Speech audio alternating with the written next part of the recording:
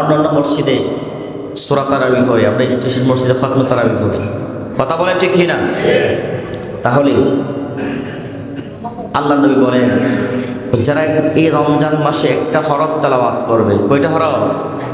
অন্য মাসে একটা হরফ তেলাওয়াত করলে 10 গুণ, আর এই মাসে একটা হরফ তেলাওয়াত করলে 70 গুণ। আল্লাহ রাসূল বলছেন না না না, 70 গুণ হবে না।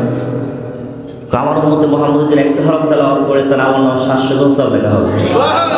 আর আস্তে করে সুবহানাল্লাহ। পিছনের ভাইরা বলেন আল্লাহু আকবার। এতে আমরা খুশি না বেজার? খুশি। আমার নবী বলেন, কুল্লু আমিলা ইবনে আদামা ইউদাফুল হাসানা আশার আমসালিহা ইলা সাবআতিহি। মিশকাত শরীফের 173 নম্বর পৃষ্ঠার মধ্যে আসছে, এই মাসের মধ্যে একটা হরফ তেলাওয়াত করলে, একটা নেক কাজ করলে তার আমল নামায় 700 গুণ সওয়াব লেখা হবে। এখন আমরা 30 দিনে খতম তারাবি পড়ি কিনা? আল্লাহ চাইতো, আল্লাহ যদি আমাদেরকে বাঁচিয়ে রাখেন তাহলে ইনশাআল্লাহ আমরা 30টা তারাবি আদায় করব। প্রতিদিন 20 রাকাত করে 30 দিন নামাজ পড়লে 600 রাকাত হবে। কয়শো রাকাত হবে? আওয়াজ করে বলে, কয়শো রাকাত হবে? 600 রাকাত নামাজ হবে। এখন এই 600 রাকাতকে যদি একটা নেক কাজ করলে, একটা হরফ তেলাওয়াত করলে যদি 700 গুণ সওয়াব পাওয়া যায়, তাহলে 600কে 700 দিয়ে গুণন করলে হয় আপনার 4,20,000 রাকাত। সুবহানাল্লাহ। তাহলে আমরা 4,20,000 রাকাতের 20,000 খতমে কোরআনের সওয়াব পাচ্ছি আমরা। সুবহানাল্লাহ বলেন। 4,20,000 খতম কি কম না বেশি? আর আস্তে কম না বেশি?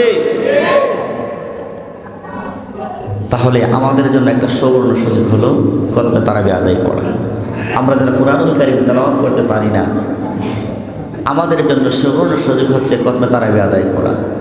আল্লাহ নবী বললেন, হে সাহাবা কেরামের দল, শোনো, তো কুরআনুল কারীম তেলাওয়াত করা মানে আমার আল্লাহর সাথে তেলাওয়াত করা, আমার আল্লাহর সাথে কথা বলা। সুবহানাল্লাহ বলেন। এক সাহাবী কুরআনুল কারীম তেলাওয়াত করতেছেন, আল্লাহ রাসূলকে ডাক দিলেন, একবার দুইবার তিনবার ডাক দিলেন। দেওয়ার পরে লোকটা বললেন, ইয়া রাসূলুল্লাহ, আমি কুরআনুল কারীম তেলাওয়াত করতেছি, এই জন্য আপনার সাথে কথা বলতে পারি নাই।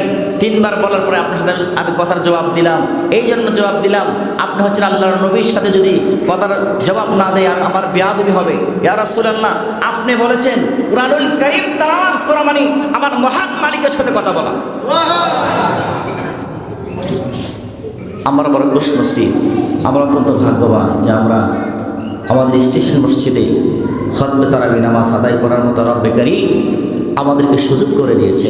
এতে আমরা খুশি না বেজার? আওয়াজ করে বলেন, খুশি না বেজার?